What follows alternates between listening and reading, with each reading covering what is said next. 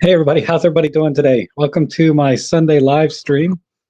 I'm so sorry for the short notice. Hopefully everybody can see and hear me okay. The audio is good, the video is good. So just somebody chat just to confirm that. But I think we should be good. I got this nailed finally.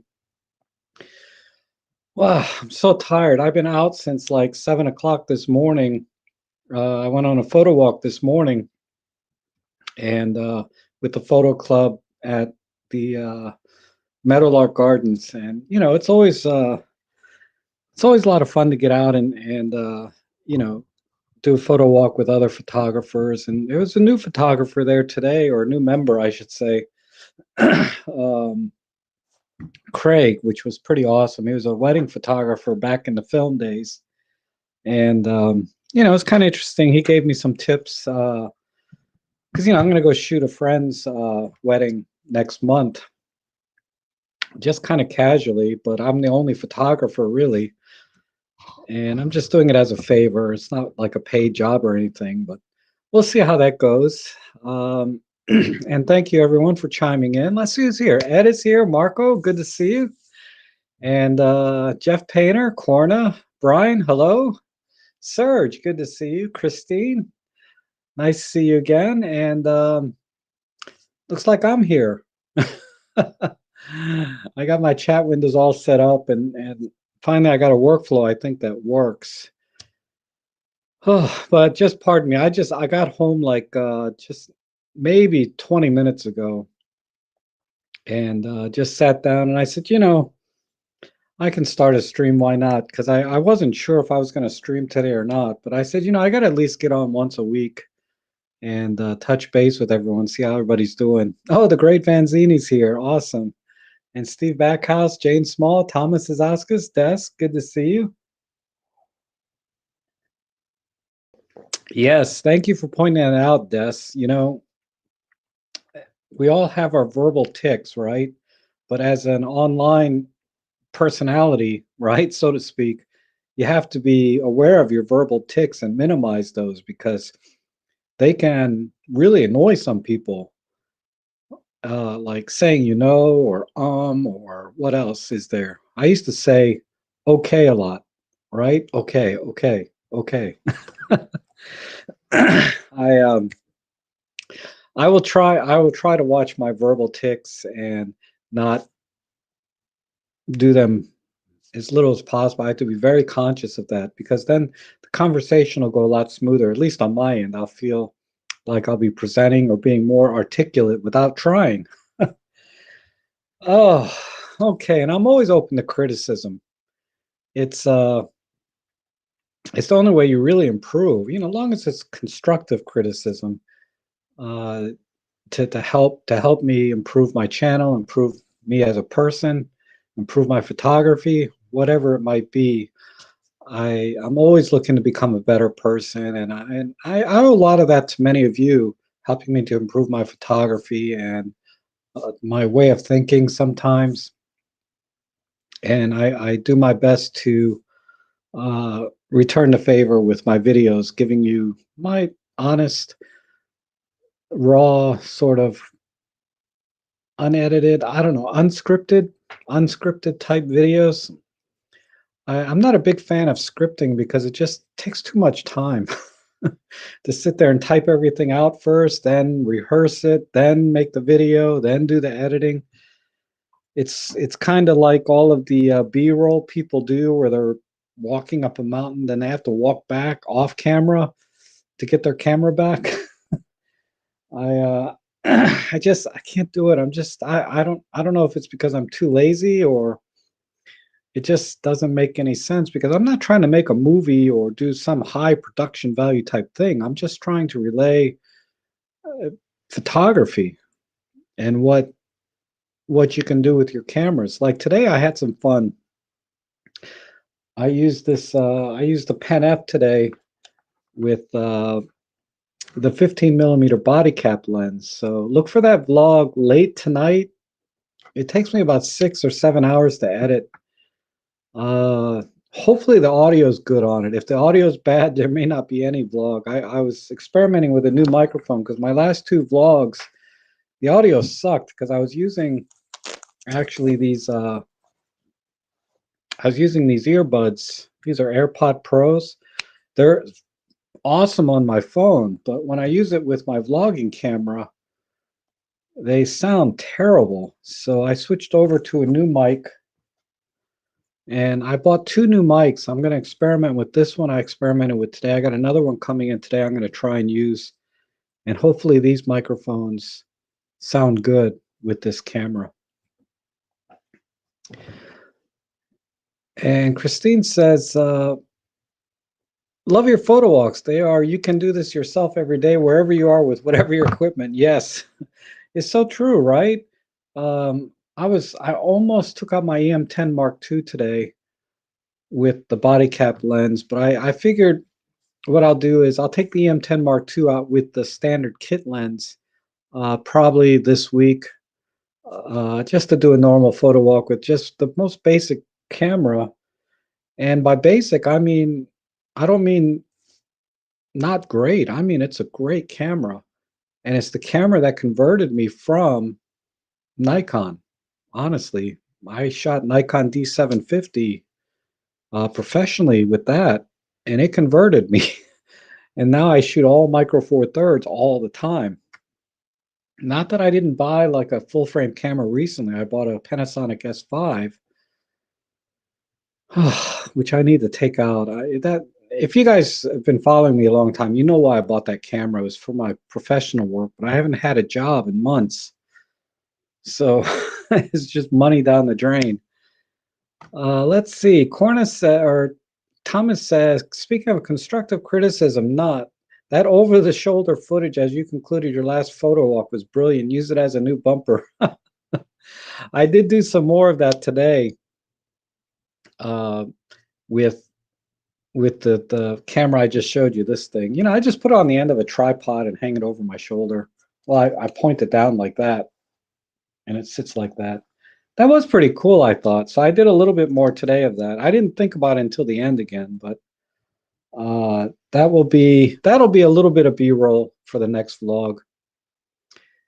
You know what's funny is the last vlog that I did where I had that over my shoulder, I had this whole dialogue that I was talking about, and I didn't realize till I got home and started editing that the audio was gone. Because I had to recharge or reconnect the camera, and it disconnected the microphone, and I didn't notice that. So half of the vlog that I was doing didn't even get published. And I had all this great dialogue, but the dialogue at the end, when I had that camera over my shoulder, I was talking about like on that side of Alexandria, it's a little bit rough, and on this side of Alexandria, it's beautiful where I was. It looks like beautiful woodland, marinas, you know, the river. It's just gorgeous. But if you just go over about a mile to the left, you know, you run into pawn shops and liquor stores, and not that there's anything wrong with those businesses. Okay. I totally respect businesses, people running their business, but they're open 24 hours. So what kind of clientele is going to go 2 in the morning to a pawn shop or a liquor store? Not judging here, but it's just a little bit different vibe when you go from where I was walking at the photo walk to just about a mile down the road to another part.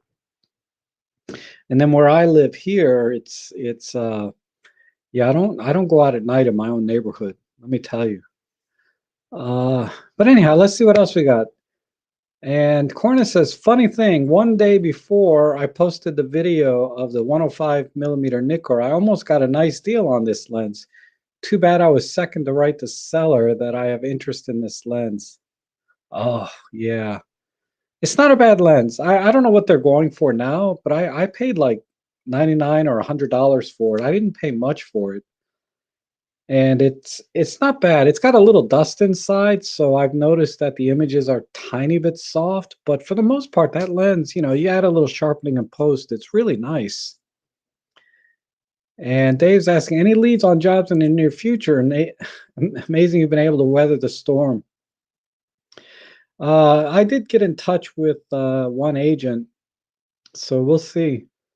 I mean, I only had, early last year, I had about, you really only need 5 or 6 active agents to kind of keep busy. I'm not trying to kill myself and have dozens of agents and having 3, 4 jobs a day. I just 3, 4 jobs a week was fine. Uh, and I lost at least one agent to another photographer who just clearly doing a better job and charging less. They're excellent, real estate photographer. Um, another 2 other agents, they got a little bit lazy. I don't know what happened, but they are not listing anything. They were very active last year, but I haven't seen anything lately. And there's another 2 agents that have just ghosted me for one reason or another. Maybe they're not doing business anymore. I haven't tried to reach out to them because I'm not a very aggressive marketer. I just do word of mouth. If somebody wants to hire me, they have my number, right? A true marketing effort would be me contacting them on a regular basis, emailing them at the very least that, I'm available to take photos. I see you've listed some recent properties. Would you like me to take care of those for you? I can be there today. I can be there tomorrow. You have to be very active sometimes uh, and keep up with these agents. Otherwise, they forget about you. If they don't have a listing for a while, I don't know. I thought I had a good rapport with all of them, and I didn't actively seek new agents. I've gotten referrals and they contacted me initially, but then they never followed up with any jobs, and I didn't follow up with them to see if they're doing anything. So it's a two-way street, right? I can't just expect people to call me whenever they want pictures taken. I have to be active and let them know that I do this for a living. I'm still full time. I still, and I'm in commercial real estate, so commercial has been a little bit soft. I mean, I know residential is booming, but commercial's been a little bit soft. So that's part of it. And the other part of it is, like I said, just me. It's just me not trying hard enough to maintain contacts with agents and new agents. But it's okay. I can weather it. It's it. I'll get by. I mean, it's a little lean. It's because there's things I want to get that I've been holding off on. Uh, for example, there's some gear that I want to get that'll help me do tutorials and help me with the vlogging. It's about $300, and then I had an opportunity to get a near mint Pen F. I already have a Pen F, but I could have got I want to get another one just as a backup in case this one ever dies. I could have got it for like $600, and I just had to let it go because I don't know when my next job's going to be, or you have to budget when things get a little bit lean, right? You can't like be spending. There's no discretionary income, so to speak. Um, but okay, let me catch up on the chat here. That's enough of that. And Dave says, good photos come from recognizing what your eyes are seeing and acting on them. Yes, I agree. And Neo, hello. Good to see you again. It's been a while. We used to be in the photo editing live streams. I'll try and do one next week or later this week, photo editing stream. And Stelios, good to see you. Hi, what color profile can I use in Lightroom to match the M5 III JPEG? The camera matching profiles in Lightroom do not match. For the EM10, they do match.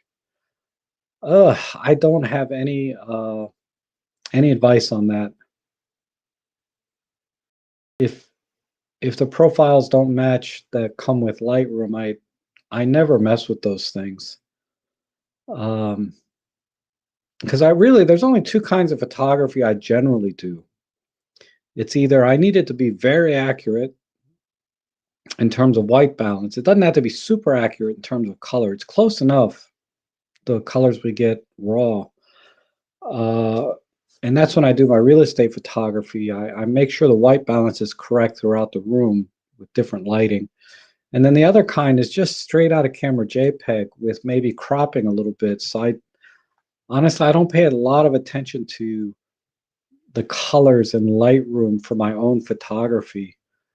So I've never looked to try to match what what you get in Lightroom. If you're having trouble with colors, if you can, try to use Olympus Workspace as your baseline for editing, and then only do Lightroom when you need to. But I know Workspace is a pain and it's kind of slow. But I'm sorry, Stelios, I don't have a good answer for you. And Music Sound Gear here, good to see you. And Johannes is good. Good to see you. And 12 likes versus 33 matches. Watch, it's fine. Um, wow, 33 people here, even though I didn't even give any notice. That's pretty good. And Steven says, I've got an old vintage Olympus 135 f3.5. Don't use it a lot, but might give it a try. My EM10 Mark III. Anyone else use this lens? I've only heard good things about that lens. It's a lens that I would get if I didn't already have three other 135 millimeter vintage lenses. I have a couple, at least one Nikon. I have a Vivitar piece of crap, which is still fun, and one other one. I can't remember the brand. And the only one I really use is the Nikon, but it's a 270 millimeter focal length on our Micro Four Thirds, so it doesn't get used much because if you need to autofocus, that's a telephoto for birding and stuff, and there's just no way. I'm just not good enough to autofocus fast enough for any kind of sports action birding stuff with a lens like that. Uh, but I've heard very good things about the Olympus. Serge is asking, do I use a drawing tablet for editing? If yes, do you feel the adjustments more intuitive? I've tried drawing tablets in the past, and it's the drawing tablet. I never got used to the kind of tablets where it's not a screen; it's just a chalkboard basically, and you draw on it, and then you have to look at the screen to see where you're drawing. Versus, I bought another tablet that I'm using now that is actually a screen, and you draw directly on the screen. That I find much more intuitive. Now, I don't use it for editing. Like I said, I don't edit a whole lot. And the little bit of editing that I need to do in my professional work doesn't require too much brushing, right? And things like that, or doing sliders, because my professional work is very, very consistent process that I use for bracketing and white balance. And then I have a couple of presets that I saved. I there's certain sliders that I use all the time. So I set it up, I saved it as a preset, and I can get through my images very quickly without having to worry about, you know, pushing and moving sliders in all different locations. So I never got around to adding a tablet in my workflow because my work is not super. I'm not trying to be super creative because I've seen the images you do. You're a very creative person, and I can see where a tablet would make a lot of sense. And I would recommend you get the kind that is actually a color screen. They're about $200, maybe 250, at least here in the US. And they come with a pen, and they're very intuitive because you're looking where you're drawing is right on the screen. And that I find is worth the money. I don't like the separate tablets where you have to look at the screen to see where you're drawing. And then there's tablets that have additional buttons on them. Make sure you get one of those because you can program the buttons on the tablet. I should just, I'd show you mine, but I got no batteries anywhere. Well, I got a Huion Huion. I don't know how to pronounce it. Huion. And I paid $230, I think. Let me see if this will work.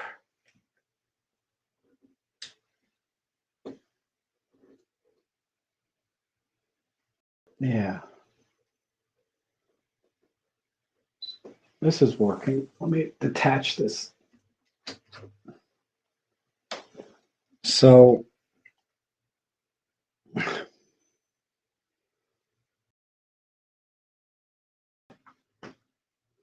this is the tablet I got, and it comes with this this pen, which has a couple of buttons on it, and then there's buttons here on the side, which are hard to see, and these are all programmable. And then you can power it with a simple USB-C. You don't need like 10 different cables, right? Because there's some that have multiple cables, like a separate power cable, separate HDMI cable, and then a separate USB cable for the pen. And those are very cumbersome. You can use them, but if you don't have a choice. But if your laptop has a USB-C port that is display capable, so you have to know if the USB, because not all USB-C ports are display capable, but mine is. I bought my laptop specifically with that in mind. That was one of the decision points when I was buying. So that allows me to hook up my tablet with just a single cable from the USB-C port, and that powers it and everything. So that's probably your best bet. And then it also comes, well, it didn't come with this. I had to buy it separate. This stand, I use it for my live streaming gear, but it comes with a little stand, basically, which it's not too expensive. I think that was like another 10 or $15. I can't remember. But that's, the stand is nice, the pen, and it's pressure sensitive, so you can draw thicker lines if you need to, if you're going to do drawing. But for photo editing, I think that's the best way to go. I wouldn't waste time with those older style like Wacom tablets that don't have a screen. All right, let's see what else we got. And Christina's asking, vintage lenses, seeing what one can do with them today. I'm actually happy that I haven't sold too many. No standard investment here. Strand, yes. Oh, thank you, John. I appreciate that. I have I have a new link here. It's just my website, robtrek.com/support. And that'll go directly to a PayPal thing, but you don't need a PayPal account if you want to support the channel anymore. The way it used to be is you used to have a PayPal account with the other links that I had. But this one, if you want to donate or support the channel, you can do so now without opening a PayPal account. You can just use your credit card. And it also has a monthly subscription option, which you fill in whatever you want. That's kind of optional. Whatever you can do. If you don't have to, I mean, I'm happy to do this free, help you guys out. But for those of you that can and want to, you can support the channel. Every little bit helps. I appreciate it. And then also I got some new links over here, right? I have my Instagram link, which has always been there. But just below that is the Flickr. Now I try to post everything on Instagram and Flickr, but Flickr will have more images from my photo walks than they will from Instagram. So Instagram, I might post like 6 images from the photo walk, but on Flickr, I will post maybe a dozen or more images from the photo walk that you see on YouTube, those vlogs that I do. And what's nice about Flickr is you can see all the exit data, right? But also you can punch in if you want to pixel peep them, because I upload the full resolution images. If I'm paying attention, I upload the full res. Sometimes I accidentally upload like the 1080p images, but for the most part, I upload the full resolution images. So check out the Flickr, and then also on my Flickr page, or I have a new community, and a lot of you guys have gotten to know each other and would like to see each other's images.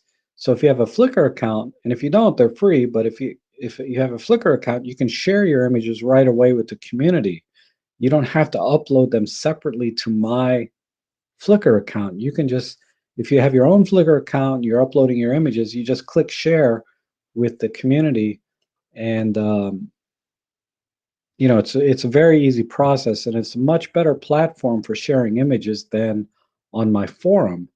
Which, I love the forum. I check in there a couple times a week. I wish I could do it every day, but I check in a couple times a week to see what you guys are doing. But uh, looking at images is a little tedious because it's thread by thread by thread, page by page, versus Flickr. It thumbnails everything, and you can scroll up and down. It's, like I said, it's an image platform, which is much easier to navigate and more fluid.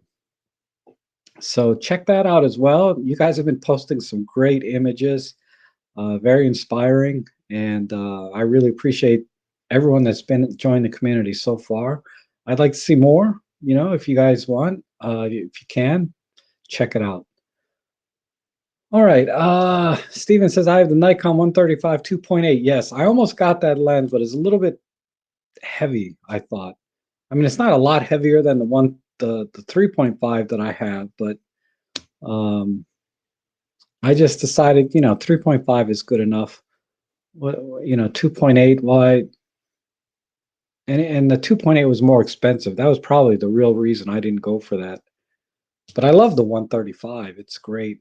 Oh, my other 135 is a Minolta. That's very small, the Minolta 135. But it's not sharp until you stop it down to like f5.6 or f8. Then it's nice and sharp, but it's pretty soft otherwise. Whereas the 135 is pretty sharp wide open.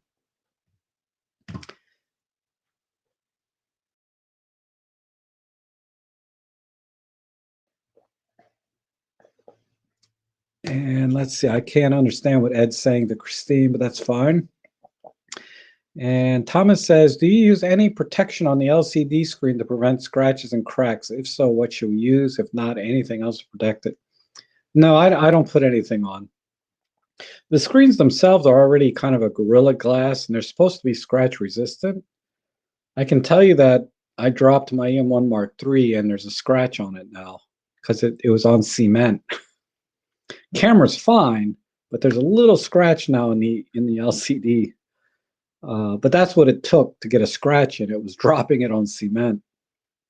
Let me see how my Pen F's holding up. The Pen F is almost 5 years old now, and it doesn't have any protection on it. Let's see. And this is a camera I use a lot. Yeah, not a scratch on it. If you can see, it's clean. So I don't use any.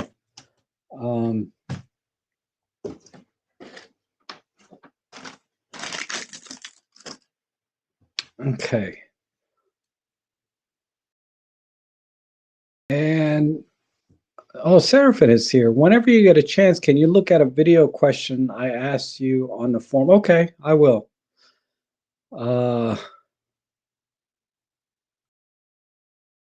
And Music Sangir asks, does the 12 to 45 f4 Zuiko lens have the focus ring that just spins and spins, or does it stop? I have no idea. That's not a lens I own.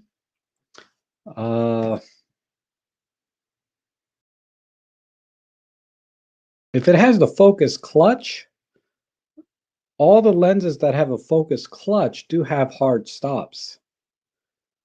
And so if it's a focus clutch on that lens, I'm not really sure. Then I'm pretty sure it's going to have a hard stop. But since I don't have that lens, I can't say for sure. Huion is the Wacom killer. Yes. And Wally's here. Hi, Rob. Are you aware of the weather-sealed fisheye other than a 1.8 Olympus, which is pricey, and also any weather-sealed pancake lenses?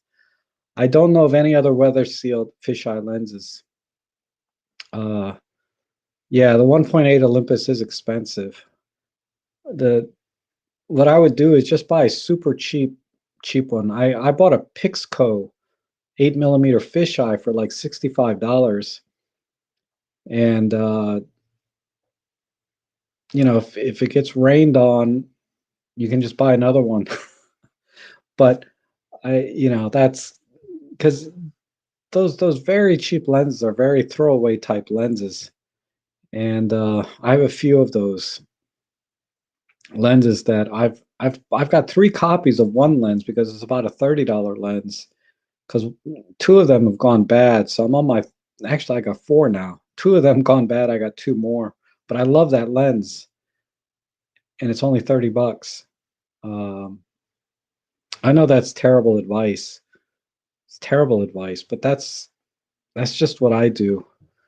But yeah, I don't have any decent 8 millimeter, and the Pixco lens is pretty decent actually. It's PIXCO 8 millimeter fisheye. You should be able to find it directly on their website. I don't think Amazon has it anymore, but it's $65, and that's what I would do if you want a fast fisheye lens. That Pixco is a 3.8, I think, an f. It's like some weird f 3.8, and it's very sharp, but it's manual focus, so which is not a big deal with a fisheye. And Stelios says that Music Sound Gear just spins and spins. Okay, so Music Sound Gear, Stelios has that lens, and he says it just spins and spins on the focus ring. And John Truman says, just a plug for Rob Trek Community Group on Flickr, which is building quite nicely. Some great photographs so far. Yes, thank you. And Jonas is here, or Jonesy. And hello all, and good evening from Finland. It was very warm and spring week here. Yes, I saw Maddie Solanto's vlog. It looked like great weather. And iData says, Rob, trying to use the M5 as HDMI output to record myself at desk, but the output overlays the battery icon and focusing bars. Can you revisit how to remove these? Okay, couple of things. If it's the Mark 1, it may be a little different, but I have the Mark 2 here.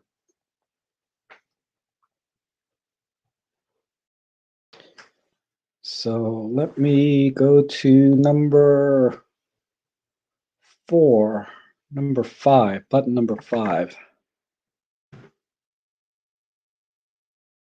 So I know what you're talking. So right now I have obviously this is going through the HDMI, right?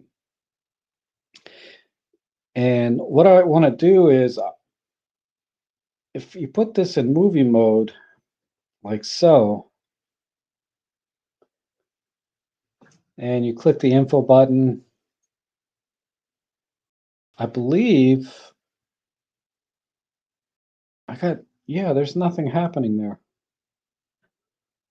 There's no icons. Yeah, this looks clean. So if it's a Mark II, all you have to do is push and hold the info button. Because if I push and hold the info button, let me see if it comes back. It's not. Oh, there it is. Yeah. If you push and hold the info button, all the icons pop up, and then you push and hold it again, and they should come off. But let's say, let me zoom out. If you go into, say, aperture priority, this may be a workaround, is click the info button until most of the icons disappear. And then in the super control panel, make sure your focusing points have all the grids filled up, like it is here. Because if I go to a single point grid, watch what happens. See, you get the little grid bar, right? So turn the grid to select all points. Whoops, like this. Now that it's selected all points, that little those brackets go away. See, they're not like right in there anymore. And then go into your aspect ratio and change this to 16:9. And remember, I'm an aperture priority, right? And now click the info button until you got nothing on the screen, like so, image only. So to make sure you get this screen, you have to go into the menu, custom settings, display, info settings, live view info, like so, and make sure this first one is definitely checked. And I can turn these two off just to make it even simpler. And now if I click the info button, let's see. So that should be as clean as it gets. And then one last thing, the battery icon should only show when the battery starts to get low. So the last thing you need to do is probably go into the utility menu. Let me see, is it this one? No, yeah, it's definitely the utility menu, which is K in this case. And change the warning level to +2. I believe. That away, actually, I think -2. So that way, the battery warning level won't come on until the very last second. I can't remember if it's +2 or -2 because I don't really use it that much. But yeah, that's another thing you may want to do. So I hope that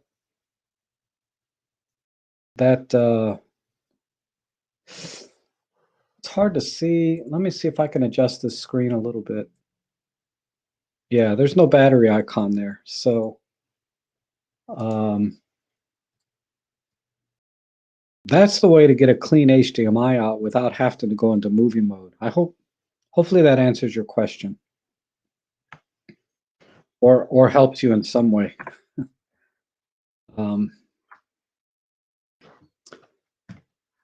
All right, if that doesn't work, let me know and we'll figure something else out. So that was for iDatus. And hi all, cold, dark, and raining here in the UK. Ooh, sorry, Steve. And Dave says, I just don't understand Instagram. All you get is tiny little pictures where Flickr gives you full screen pics. For me, it's Flickr all the way. Yeah, I think serious photographers much prefer Flickr. Instagram is more of just a social media sharing thing that people can just use their phones and share things right away. And as photographers, we use it more for marketing. I guess if you're a professional photographer, you might use it for marketing, not so much for, to show how good your images are. You just want to kind of share thumbnails, basically. And then people, but yeah, Flickr definitely for us enthusiast types, right? If we're enthusiast, amateur enthusiast type photographers, Flickr is way better. Because normally you get if you upload properly, you normally get all the EXIF data, with the settings, the camera, the lens, everything used, and you can pixel peep normally if you upload full res images like I do. Because my Flickr page, basically it's semi-educational, this is what I took pictures of, right? So I use it mostly as an educational type thing. I try to so you can see all the settings I use, what camera, what lens, and the images I took. And my images aren't particularly spectacular. They're just okay, right? So, but I try to put all the settings in. Let me pull it up real quick.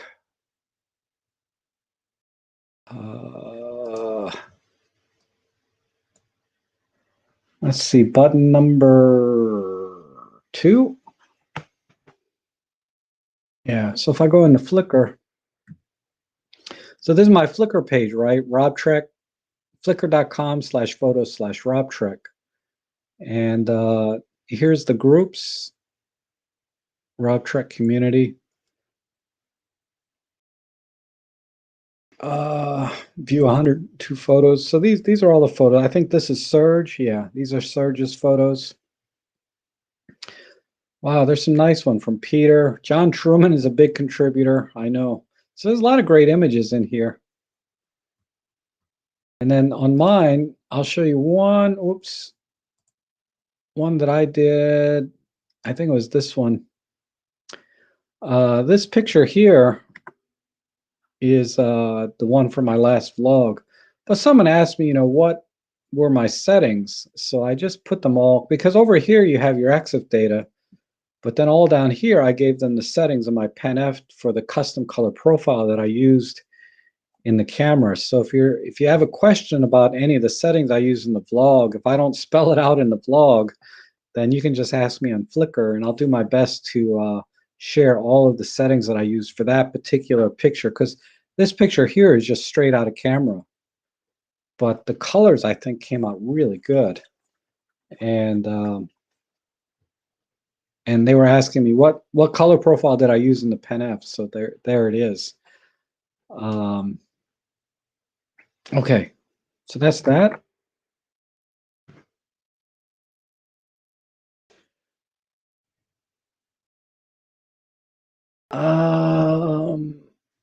John Follows is here. Welcome. And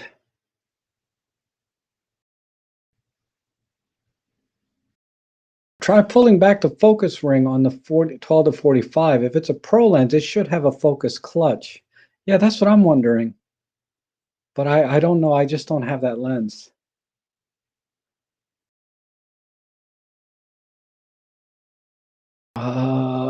Mine is the M5 Mark III. I will check what you just told me. And oh, EM5 Mark III is different. Yeah, the EM5 Mark III is different from the Mark IIs. So everything I just showed you, it might work with the M5 Mark III, but let me show you on the M5 Mark III iDatas. It's much different.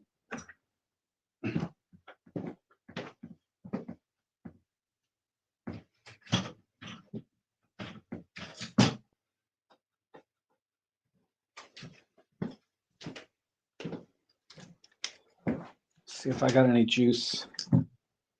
You have to go into a different menu.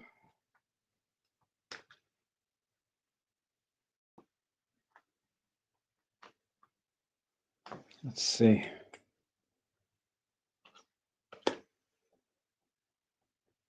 I got power or not? Yeah. So let's see, button number 5. Okay, so and let me shrink the screen a little bit so you can see all the icons. So you go into movie mode. So I'm just going to rotate this to movie mode. And that should be it. But in the menu, you go into the movie menu and you want to go to HDMI output. And output mode, you want to set that to record mode.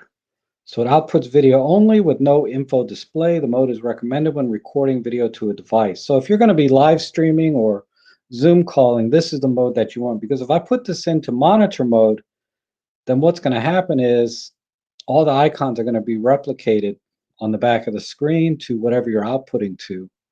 So if I go in and I change HDMI output to record mode, then I get a nice clean signal. See? Man, look how good this camera focus. This is a great camera. White balance is a little off, but yeah. So yeah, the M15 Mark III is very different. Okay. Oh, how come? Oh, here. There we go. I need to adjust the camera. It's kind of shrunk a little, or I've gotten taller because now my head's cut off. All right. Where's my mouse? Okay, good. And Gaming with Stan says, you like Olympus or Fuji better? I like Olympus better. It just suits my workflow. It has more customization in terms of like, well, it depends which camera, right? The EM1 Mark III, which is what I use for my work professionally, I prefer because of the custom modes on the dial. The Fuji's, if you like to shoot in full manual, the Fuji's a way better camera for that.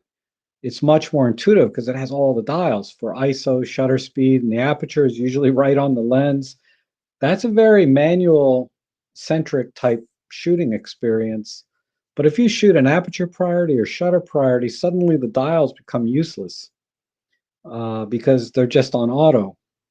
Whereas on the Olympus, if I go into auto mode, I can still use my dials for other stuff. That said, the Fuji has, I have a Fuji over there. The Fuji has the smaller dials kind of embedded into the body um, that are clickable, and it's a great camera, but I just prefer Olympus because I've that's just what I've been using.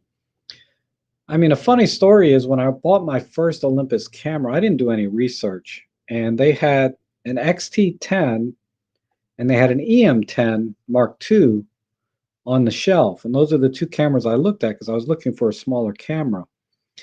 And I think ultimately I went with the Olympus because it just felt a little better in my hands. And it may have been like $100 cheaper too, at the time. That might have been the deciding factor between the two cameras. But had I gone Fuji, I might prefer Fuji at this point, because I would have been shooting Fuji for a long time. But I went with Olympus, and now I'm an Olympus guy. So I'm very, very biased, honestly. I much prefer Olympus for all of the features and customizability that I can do and the variety of cameras that are available to me. If I had to pick one, EM10 Mark II, back at the time, I don't know where I'm going with this. I just prefer Olympus. Now, in terms of image quality and film simulations, and there's lots of things, right? Color science, differences between Olympus and Fuji.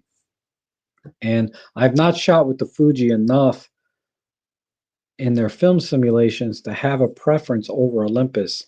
I do have a couple of logs where I shot my EM10 Mark II side by side with the Fujifilm X-T30 using the various film simulations, and the differences are so subtle that I didn't see a reason to switch over to Fuji just for the color science because the differences weren't that much. A few tweaks here and there, and you're pretty close. So, yeah, overall, I prefer the lens selection, the ergonomics, and the feature sets in Olympus over the same things on Fuji. I don't like the ergonomics as much. I don't like the lens selection as much because they're larger, heavier, in some cases, much more expensive. Uh, Not in all cases. I mean, there's expensive lenses, there's cheap lenses, right? And then the features, like I really like the live comp that we have in the Olympus cameras. And now that the EM1 Mark III is out, it has live comp, live ND, Starry Sky AF, all features that I use. Not just They're not just bells and whistles to me. They make things easier for me, and those things are not available on the Fuji. Um, for some people, they might be just bells and whistles. They could care less about those features. But for me, those are features that I use because I love astrophotography. I'm really getting into that lately. The live ND feature is great for waterfalls and other things, right? Long exposure photography. Same as thing with live composition feature, which is similar to a bulb mode. So I could talk about all the features of Olympus, it's a little bit one-sided because I'm not as familiar with the Fuji.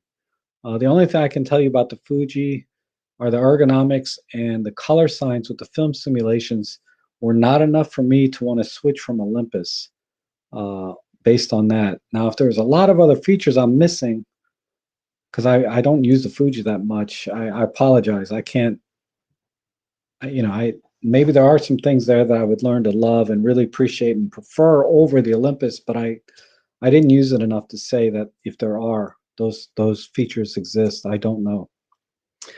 Okay, so that's a long answer to a yes or no question, right?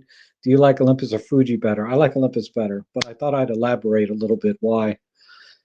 And Wally says, thanks, Rob. I'll check that. Okay, great. I can't remember what that question was, but I'm glad that helps. And Marcia, oh, hello, Marcia. Good to see you. And yeah, data says that is the M5 Mark III. There's a site called Fuji Recipe that emulates film. Are you aware of anything similar for the M1 Mark II that can emulate film by changing? Not too much. I can refer you to a site by Siegfried, who comes into the chat sometimes. Let me pull it up real quick. He has a really excellent website for tweaking colors in the Pen F, but those same settings are available even more so in Olympus Workspace. Particularly like the color wheel. Let me pull it up real quick.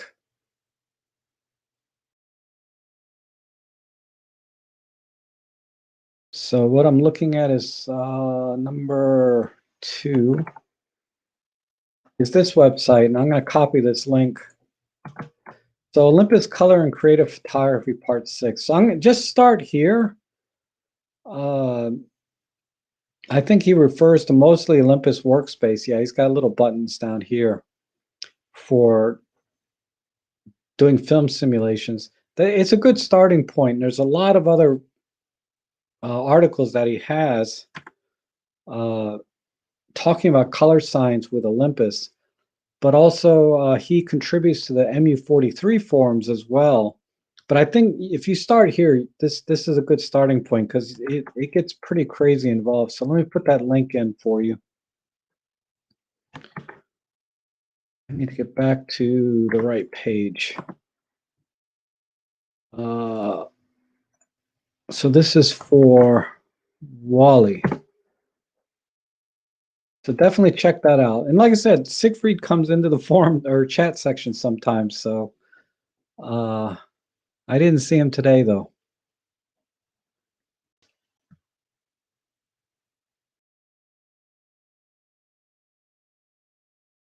Let's see.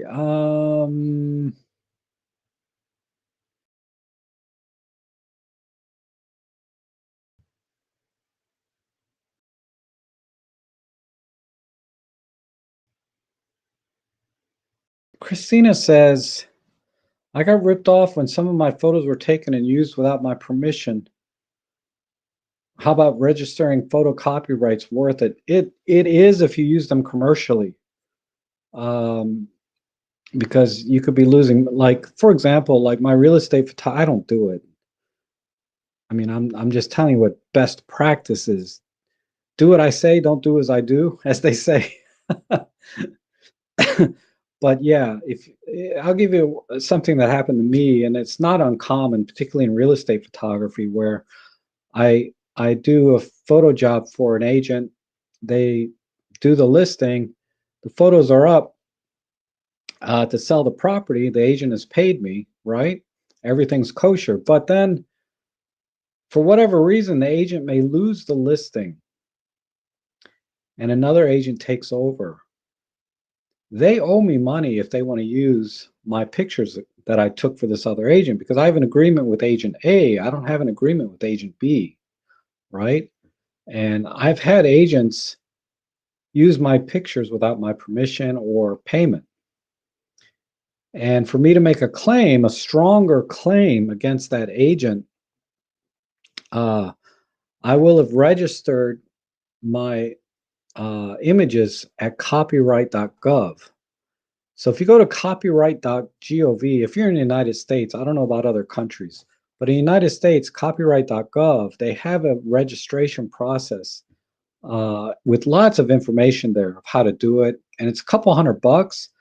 And that's where I kind of stopped. I was like, a couple $100, how many, and this is where I get lost, is how many images can you register for that couple $100? Like, is it unlimited, or is it like every time you want to register something, you got to pay that money? I don't know. But what you do is, let's say you've done the paperwork or you've done that process with copyright.gov. Now, when you approach the other agent, you can say, you're welcome to use the images if you pay me X amount of dollars. Otherwise, I need to file a claim, right? You don't want to burn any bridges with a potential client, right? So you offer them the opportunity to continue using the images at a fee, and they usually recommend double the fee. So if I charge 200 bucks, you charge this guy $400 if you want, or you can charge him the same 200 bucks to use your images. But if they refuse to pay and continue using your images, right? Or even if they stop using your images, they have used them without your permission. You can then go and file a lawsuit with this copyright information that you filed together with, whatever other paperwork goes with suing somebody for using your images. So that's the way to go. If you don't have this copyright.gov process done where you've registered your images with the Copyright Office, you can still sue, right? But you just have a stronger case when you have registered it. And I'm talking about primarily commercial work. For private work, like the images that I post up on Flickr, I'm sure people have used them for stuff. And I have no idea if they have or haven't. So I don't, the only way you can protect yourself on Flickr and anywhere online, and it's what a lot of people do, is they put their copyright trademark on the image. Because if someone uses your image and removes that copyright information either through Photoshop or they just crop it off, that makes your case stronger against them because they intentionally removed your copyright and used your image. So I know there's always been arguments about, don't put your copyright or your logo on your image. That used to be a big argument. I'm a big advocate for doing that. It's something I need to start doing more. But putting your copyright information on your image, and then if you find somebody used your image and cut that out, you definitely have a stronger case. And then you back that up with registering with the Copyright Office. You have a very strong case at that point. So that's my advice for particularly if you're doing commercial work and getting paid for your images and licensed for your images. Because the fallback is, all your images are by default copyrighted as soon as you publish them online or anywhere, right? And you shouldn't have to worry about all of this other stuff. But that said, when you start talking about money, and I don't know how much money we're talking about, in my case, it'd be a couple $100, right? But it's better to have all your uh, things lined up, right? All your T's crossed, your I's dotted, all the paperwork, registration, all of that. And and I'm not a copyright attorney, so take everything I said not as advice, but just general information and refer to your own attorney, copyright office, whatever, for official advice. But that's what I have learned through my research, what I've come to interpret as the right way to go about it. Oh, wow. Man, I'm giving some long answers today. J Train, hello. He's asking Flickr versus Instagram. What are your thoughts about 500px? Is Flickr a better platform? I think it depends what you want to do. I believe I haven't used 500px in a long time, but 500px I think has a better platform if you want to sell your images. I don't think Flickr's marketing side is as strong. Now it's possible it is because I haven't looked at that. But I think 500px is better for selling images and licensing your images to other businesses or companies or individuals. Whereas Flickr is more about community and sharing, more of an enthusiast type thing. Now, that being said, I think they do have icons and things for you to sell things, but I don't get the vibe from Flickr to sell my images. Whereas when I go into 500px, I get the vibe that, I'm posting images there that I want to sell or license. And Instagram is just pure social media marketing. So you're putting images there to share with your friends, family, clients, for social media purposes and for marketing to keep your images out there, that you're active, because you don't want to be like me, out of sight, out of mind, right?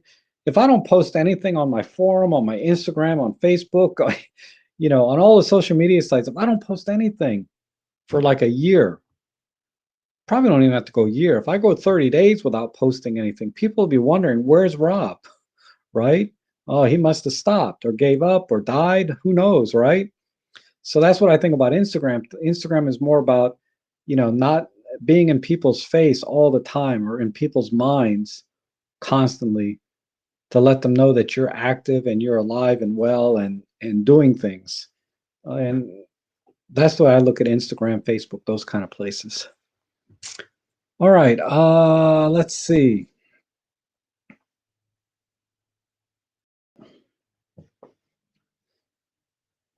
And James Toronto says, I get clean HDMI on my EM10 Mark II when I press and hold the info button.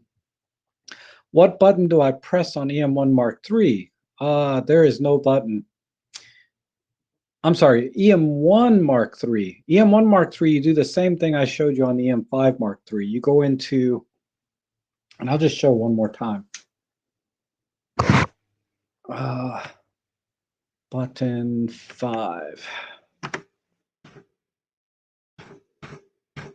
Oops, not me. How's everybody doing? You go into the menu. Okay, so on the M1 Mark III, there's a movie menu. You go into that, you go to HDMI output. You want to make sure that the output is set to record mode like it is here, because there's record mode and monitor mode. You put it in record mode, that will give you a clean HDMI out, just like you're seeing here. So that's for the M1 Mark III. If you're talking about the EM10 Mark III, the M10 Mark III does not have a clean HDMI out. So you may have to do that workaround that I was showing before, where you have to turn off the focusing or turn the focusing grid to all points, turn the battery icon to like -2, turn, all of that stuff. Change your aspect ratio to 16:9, and that may work. I don't have an EM10 Mark III to show you for myself. Otherwise I would say definitely for sure you can do it this way, but I don't know of any way to do it. So that was for James Toronto, and Marco says set HDMI output to record mode and to move. Oh, okay, so you've helped him out already. Fotis, how are you? Good to see you. And the Great Vancini says, even though I'm new Micro Four Thirds guy, I'm having a hoot with the lowly PL. Oh, that's right, you just got that thing. Yeah, that's a great combination. I remember you commented on one of the videos that you just bought that camera. That's great. And Manuel says the 12 to 45 f4 does not have a clutch and manual focus is drive-by-wire. Okay, so more confirmation that, yeah, it doesn't have hard stops. And you still love your Fujis. Yep. Fujis are great cameras, yeah, all I can tell you is that for me, like I started with Sony NEX6 and I fell out of love with that thing within a year. Then I went to Nikon and I stuck with Nikon for about 4 years. And then then I switched to Olympus just on a whim, not because I was choosing to go with Olympus, but I wanted a small light camera just to take hiking and camping. And I just could not believe the image quality I was getting out of it. And it was so small and compact. And I said, I'm going to try this on a professional job. How hard, see how it does. And I took it out on a real photo shoot and it was great. So I was like, screw it. I'm not going to carry these 30, 40-liter backpacks with all my freaking Nikon gear. I can just go with a little, messenger bag and a couple lenses and I'm good, right? Um,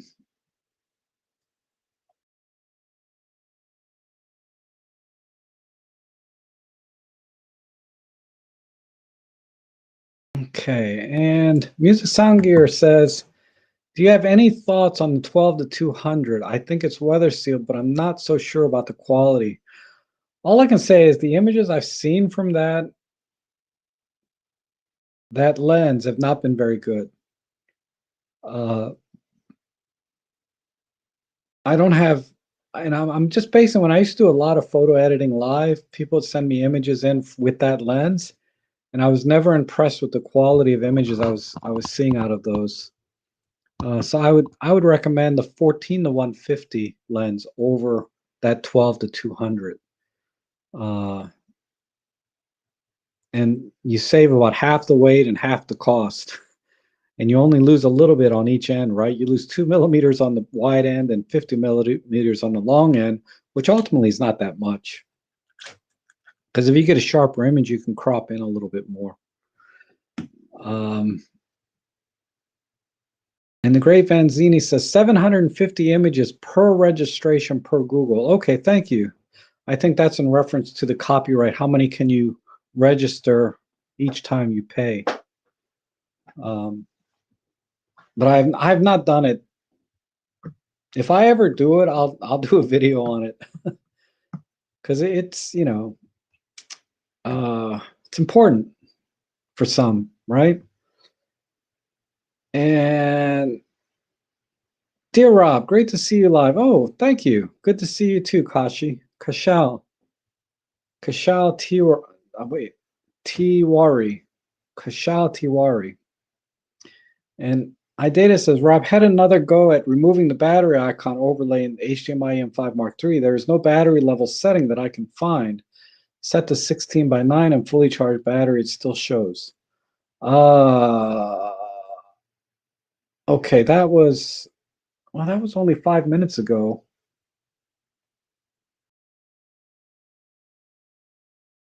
Okay, hopefully you got that figured out. I see you say HDMI is grayed out, is monitor only. Okay, I hope you got that figured out. Um, and Kasha is asking, what do you think about the Panasonic 14 to 140 Power OIS on the EM1 Mark II? I've never used it. I've never seen that lens, or I've never used that lens, I should say. So I can't speak to it. I can tell you that the Panasonic lenses I do have work much better with the phase detect autofocusing. The video autofocusing works better, and the photography autofocusing works better on my phase detect cameras. Uh, the video autofocusing is not so great on my contrast detect only cameras when I use Panasonic lenses. That's about as much as I can say about using Panasonic. The other thing is, you can't use the dual stabilization. I mean, I'm not going to get into that because I just don't have any lenses that have stabilization built in them, so I can't speak to that really either.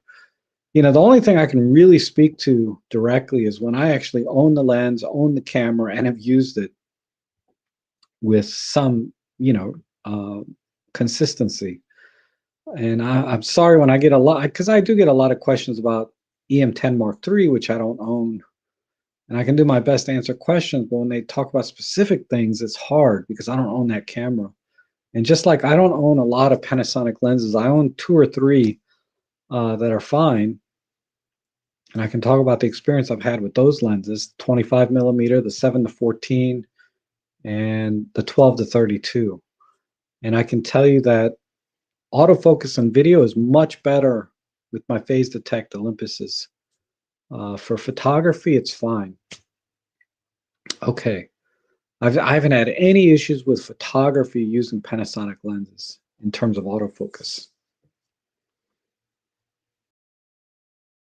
And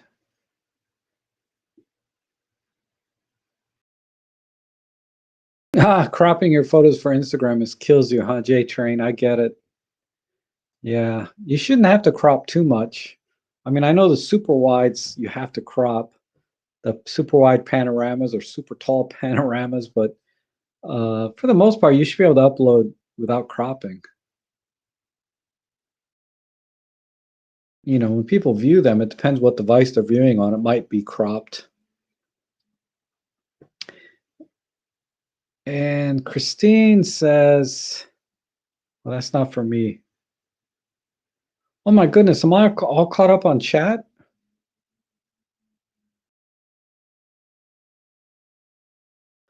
Ooh, okay. Well, I've been on a little over an hour, so I guess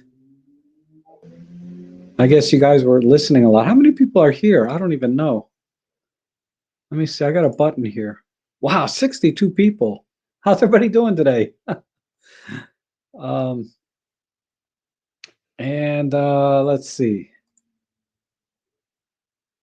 Marco trying 1080 in the same checking manual. What frickin' pain in the bum.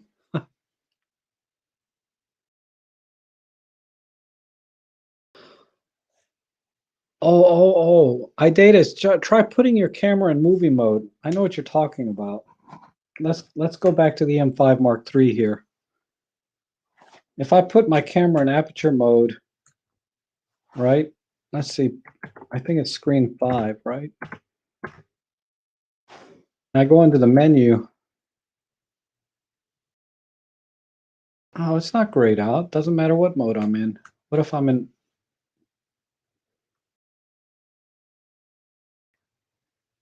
Because sometimes when you put your camera in a certain mode, things get grayed out. But I don't.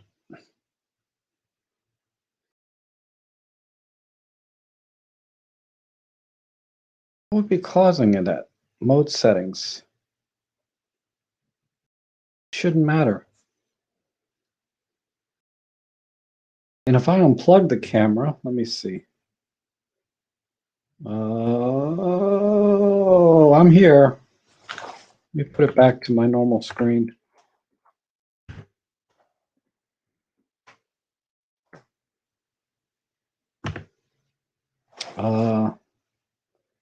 Movie mode, HDMI output. Wow, I don't know why it would be grayed out. I can't think of any reason.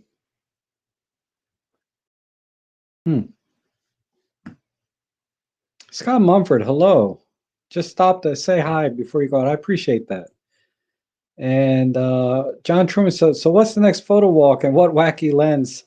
Yeah, the Pen F with the 15 millimeter body cap lens. This one. I mentioned a little bit in the beginning, but I can give you a sneak peek. Let's see. Oh, hey David, how are you? Yeah, we had breakfast this morning, David and and I wasn't sure if I was going to do a live stream today or not, but I don't know. I was feeling okay. I got home like about 10 minutes before 2 o'clock, and I just said, I can stream. So I just clicked the go live button, and here we are. What was I talking about before I saw you, David? Oh, Dave Nelson's asking, what settings do you use for taking time lapses of clouds going overhead?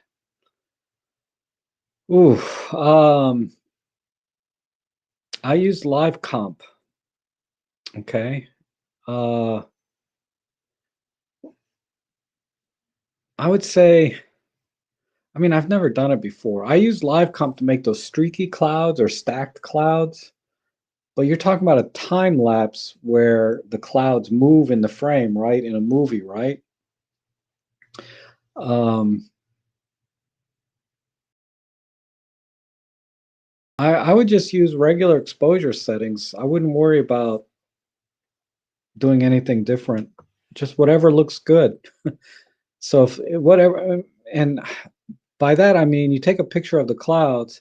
If the exposure is what you want, use those settings, and then just use the time lapse feature in the camera to multiply that out. I don't think there's any special settings. If you're talking about like a live comp where you want the clouds to be all streaked across, like you've seen where people stack their clouds and it looks really cool. That I use a live comp together with uh, a 10 stop ND filter to get that long exposure so I can do live comp.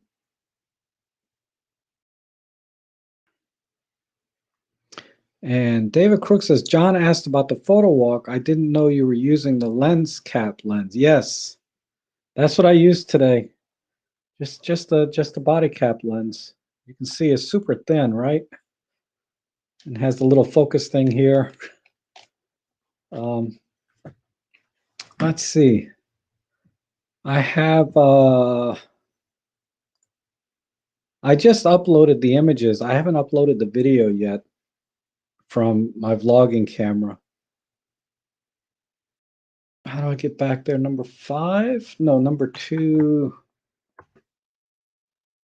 So I have 125 JPEGs. So basically I took 125 images. I don't know why there's more RAWs than JPEGs. Oh, because I did some of these don't count. This was from the day before. Right here is where I mowed the grass.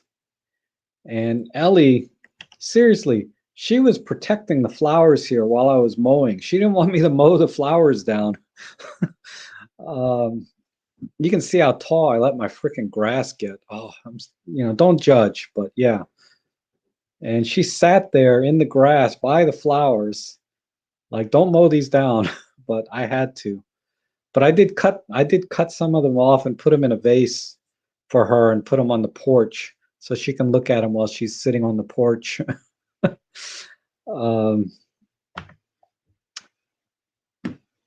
And there is let me see, I flagged a couple just before I started. Oh, all black and whites. Wow. But here's some flowers I did. There's another shot. These are going to be in the vlog, most of these.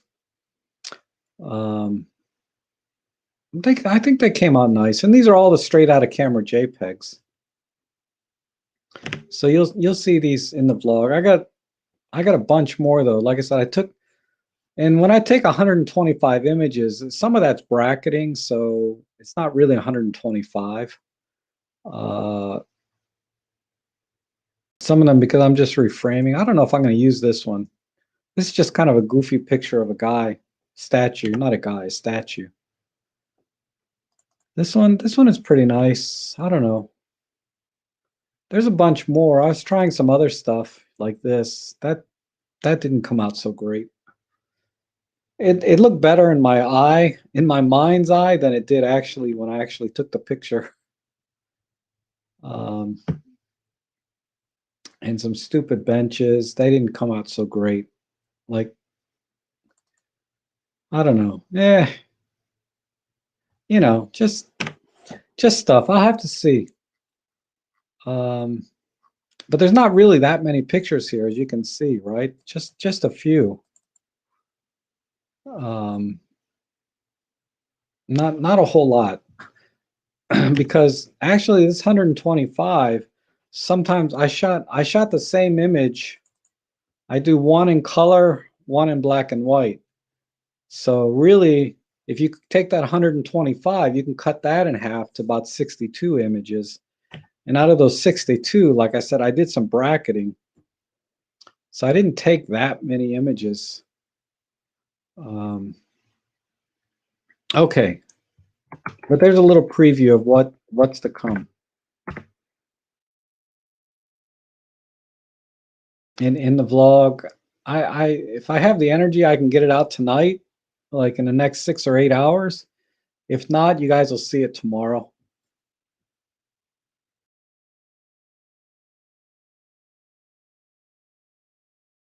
Oh no, the 15 millimeter is not fisheye. It's a rectilinear. Yeah, Ellie is so protective, isn't she? No judgment warranted. Beautiful pollinator attractors. Yes. They're oxeye daisies. Oh, okay. Thanks. For some reason I thought they were called something else, but yeah, they're basically daisies. And Kashal says, thanks for the reply, Rob. It's just that someone in my family has the 14 to 140 penny lens and it's weather sealed. Oh, okay, yeah. Like I say, I do the best I can. Whatever, whatever I can tell you, I will. Why do you prefer to edit in camera? Um, Mainly because when I'm in the field, because I always try to get the image as close as possible to the final image that I want, right?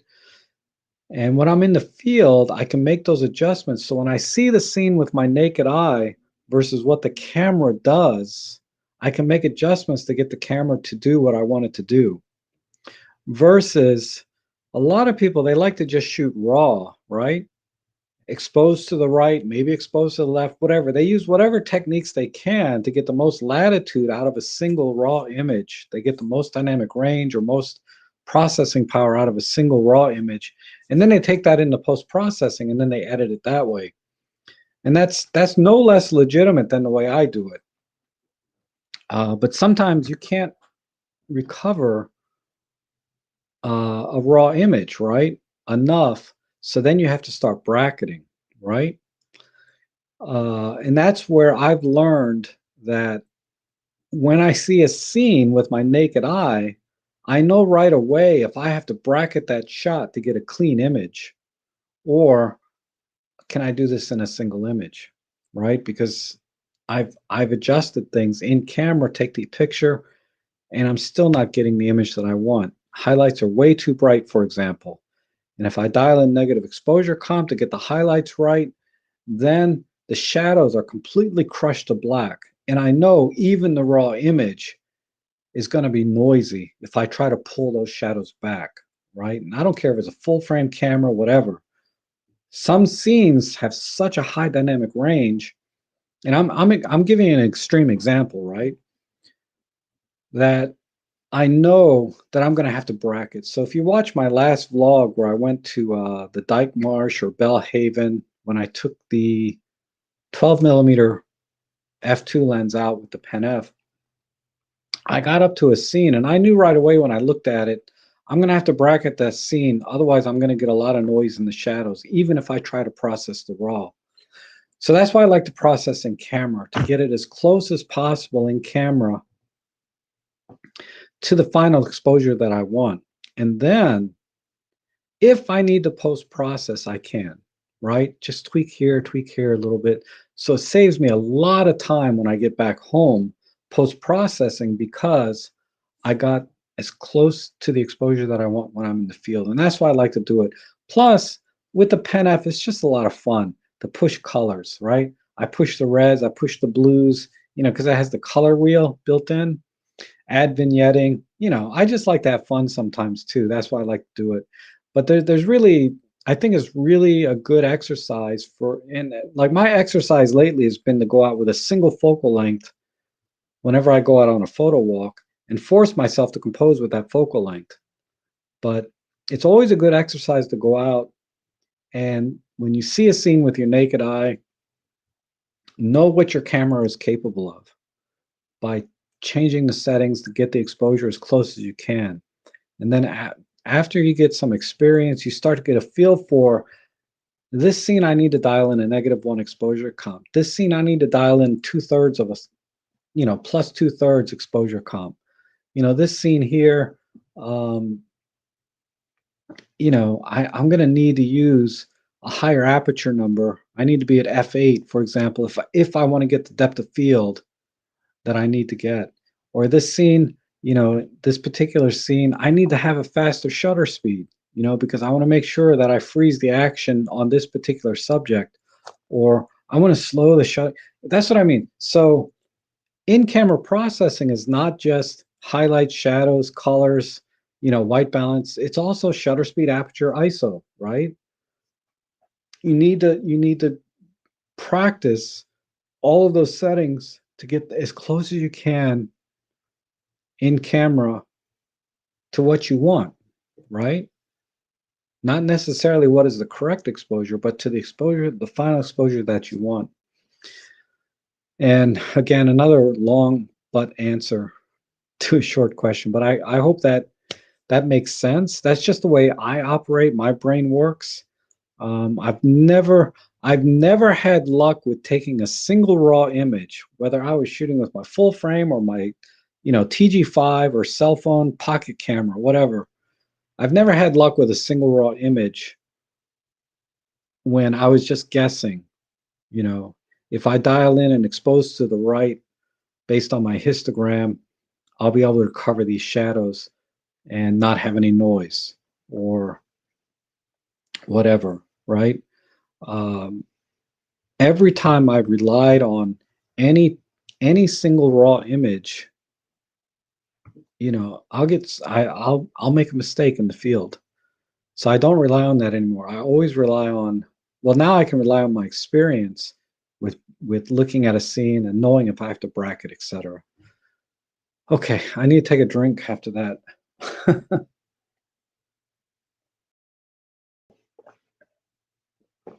Yeah, I've been taking a lot of black and white lately.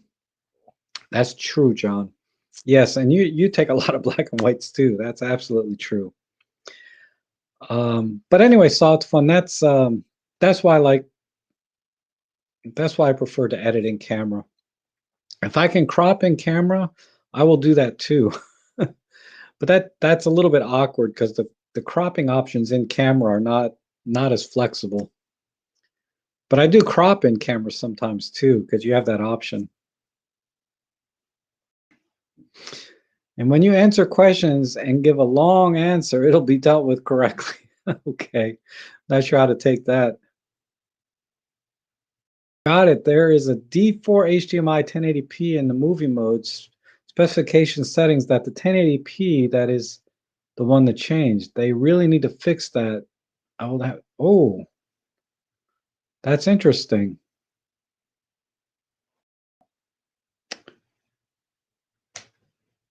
Let me see what the heck you're talking about. D4. So I go into menu D4.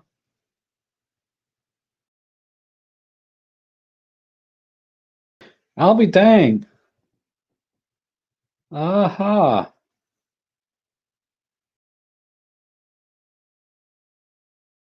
That is, yeah. Let me show you guys what he's talking about. Just see, I learn as much from you guys, or I learn a lot from you guys, I should say. Oops. And number two, no, number five. Yeah. So you go into the custom menu all the way down here to D4. It's not in the movie menu. There's an HDMI 1080p. If I change this to C4K and I go back into the movie menu, for example, HDMI out. I don't know. I get it though. There's some combination there, right, that doesn't work right or doesn't play nice with the oops. Doesn't play nice with the HDMI out. Huh. Interesting. No, no Star Trek mug. I used it this morning to drink my coffee, but then I was so rushed to start the stream. I didn't have a lot of time. So I just, instead of cleaning the mug out, I just grabbed a glass and put some lemon juice in. Um,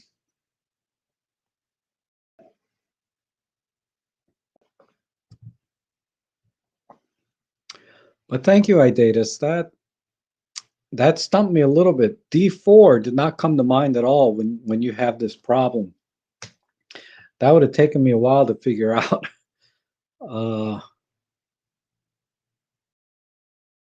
And Dave Nuss says everyone needs to understand the camera wars. Think of cameras as cars. Each one has things you like, don't like. The balance of like, don't like is the bottom line. Yes, that is true. I mean, it's.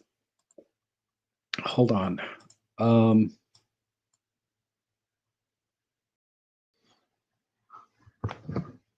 Yes, Idatus. Dave is giving you kudos. That's an awesome observation. I don't know why that's in the D4 menu. That makes no sense to me. because the HDMI out is related to the HDMI output format. I mean, the D menu is the display menu, but the HDMI has. I have to think that through. What the logic was to put the HDMI output in the display menu. I mean, it kind of makes sense, display HDMI, but movie should not, the movie setting should not be disabled based on your display output. Doesn't make sense to me. Anyway,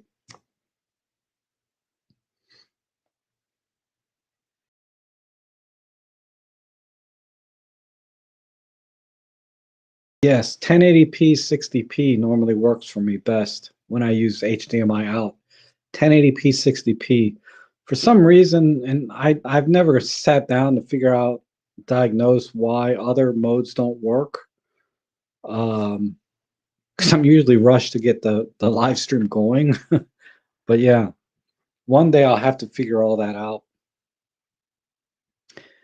And Thomas says, when I have the luxury, I take two shots, one for JPEG as close as possible to SLC and one ETTR RAW. Then I can refer back to the JPEG as reference. When asked to see what I saw when post-pro, yes, that's a great workflow. So basically, Thomas is saying he takes a JPEG of the scene to as close as possible that he wants the final image to be, so he can see the scene like in a regular way. And then he does ETTR on the RAW, because you do ETTR on your RAW images with the intent to post-process them, right? So he takes a RAW image with the intent to post-process it.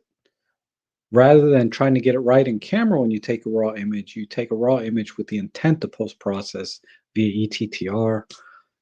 But yeah, taking a JPEG first makes a lot of sense. That's an interesting workflow. I mean, I'm not into post-processing, but if I were, I would definitely adapt that workflow. That's an excellent workflow, actually. Oh, hey, Errol, how are you? Yeah, I almost didn't make it. Now, Errol, I got a box of stuff from Errol yesterday, which I want to give away at least one thing, the EM10 Mark III uh, grip. But I wasn't ready today because I got in really late from my photo walk. I only had a few minutes to get this live stream set up. But I'll talk about that more in my next stream. And I did find a home for the solar filter. Ben, who has I did a video with on astrophotography, would love it. It's going to fit his 8-inch telescope or Celestron. I don't know. He has some 8-inch thing it'll fit perfectly. And then the ball heads, definitely the panel thing I'll probably keep for myself, and maybe one of the ball heads, because I don't have a ball head for my Manfrotto tripod. Then the other ball heads I'll find. I'll take them to the photo club and see if anybody wants them. Or maybe here on the stream. I haven't thought past the couple of things that I already talked about. But I hope you're doing well. This is your weekend, right? Where you don't have to do that other stuff that you do otherwise. Okay. And Andreas is here. Hello. Good to see you. All right, I'm going to I think I'm going to call it here. Robert is here. Here's a suggestion for future walks video. Witherspoon Covered Bridge in Mercuttsville, Pennsylvania. Bonus location. Don't miss Arch Mason. Okay. I'm going to copy this. I am going to Pennsylvania again, probably in late June. I'm not 100% on that, but I'm gonna mention these to Ben. But I want to go up in late June to do some astrophotography with Ben. I need to print this. Thank you for that suggestion.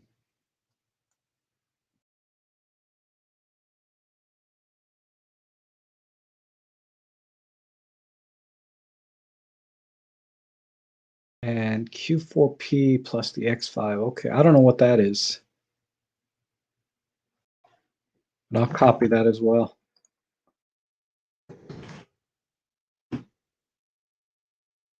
Thank you for that. Learned a lot today. Thanks, Rob, for the live chat. Really. Okay, yes. I'm going to head out. Thanks for everybody coming in today and all the chat today. I had a great time, and hopefully we'll see you guys again soon. Like I said, I'm going to publish my photo walk tonight or tomorrow. I just need to take a break and eat some lunch, and then if I don't pass out after that, I'll edit my video and it'll be up tonight. So thanks for everyone being here today. I really appreciate it, and I hope to see you again soon. I have an end button here. You guys, there it goes. Bye. Oh, it's not.